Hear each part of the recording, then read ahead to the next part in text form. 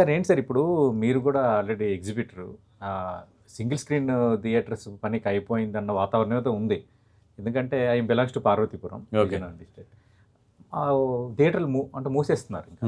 కొన్ని shopping malls అయిపోతున్నాయి. అలా మొత్తం 2 తెలుగు రాష్ట్రాల్లో కూడా ఫినామినా ఉంది సార్ ఎక్కువ. కానీ సింగిల్ స్క్రీన్‌లో చూస్తే ఆ మజా వేరు ఏదైనా. ఏంటి సార్ ఇది ఎక్కడి వరకు వెళ్తుంది? సినిమా భవిష్యత్తు, ఈ థియేటర్ల భవిష్యత్తు పైన ఒక సీనియర్ వ్యక్తిగా మీ అంచనా ఏంటి?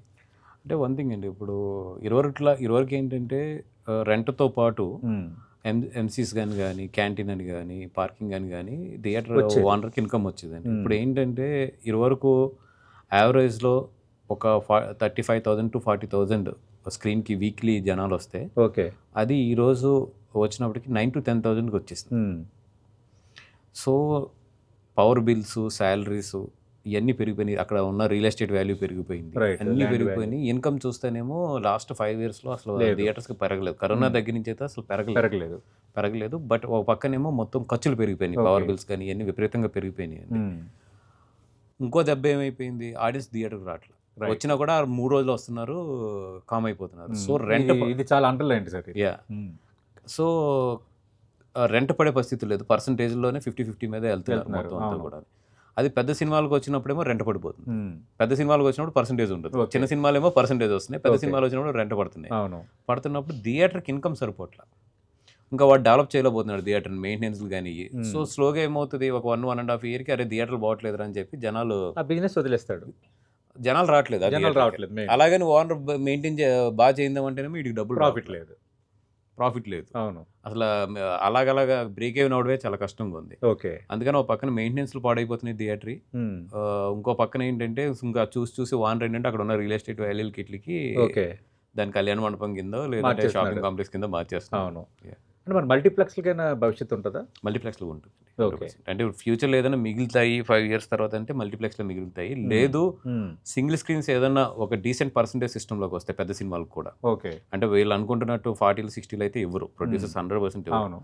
అట్లా కాకుండా అది ఏదైనా ఒక డీసెంట్ పర్సెంటేజ్ సిస్టంలోకి వస్తే మాత్రం ఓకే, దెన్ మళ్ళీ సింగిల్ స్క్రీన్ సర్వే అవడం మొదలెడతాయి. అంటే గతంలో కొంచెం ఆ డిస్కషన్ కూడా జరిగి మళ్ళీ ఏదో ఆగినట్టుంది. అండ్ అప్పుడు ఏంటంటే దేర్ ప్రపోజల్ బాగాలేదు. ఆ గ్రూప్స్లో డిస్కషన్స్ బయటకు వచ్చి ఆ ప్రపోజల్ ఎప్పుడైతే చాలా డిజాస్టర్ అయిందో దానివల్ల ప్రొడ్యూసర్స్ రివర్స్ అయిపోయే పరిస్థితికి వచ్చింది. అప్పుడు కనుక కరెక్ట్గా డీల్ చేసుకుని పెద్ద సినిమాలకి ఇట్లాగా చిన్న సినిమాలకి ఇట్లాగా ఫార్ములా తీసుకొచ్చుంటే మాత్రం సక్సెస్ అయ్యేవారు. Right sir.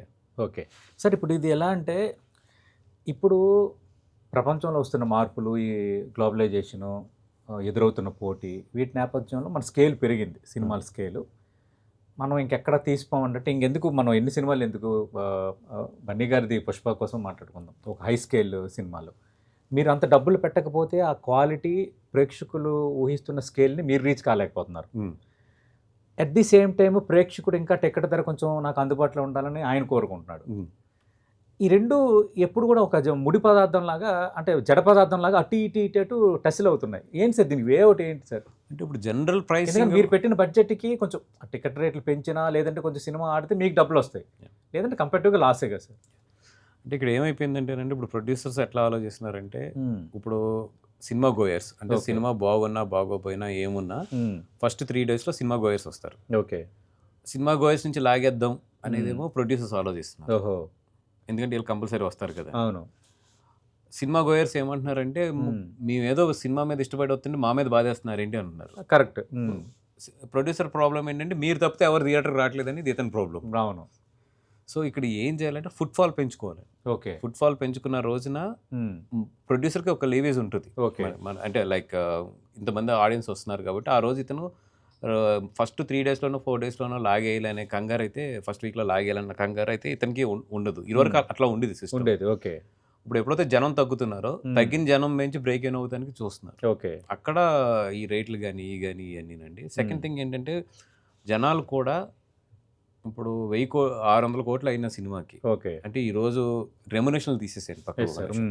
ప్రొడక్షన్గా చూసుకున్నా కూడా 300-400 కోట్లు టచ్ అయిపోతుంది. అవును, ఇది సినిమా మొత్తం అంటే పెద్ద సినిమాల గురించి మాట్లాడుతారు. 300 కోట్లు అనేది ఈరోజు ఇలా టచ్ అవుతుంది. అవును, సింపుల్గా టచ్ అవుతుంది.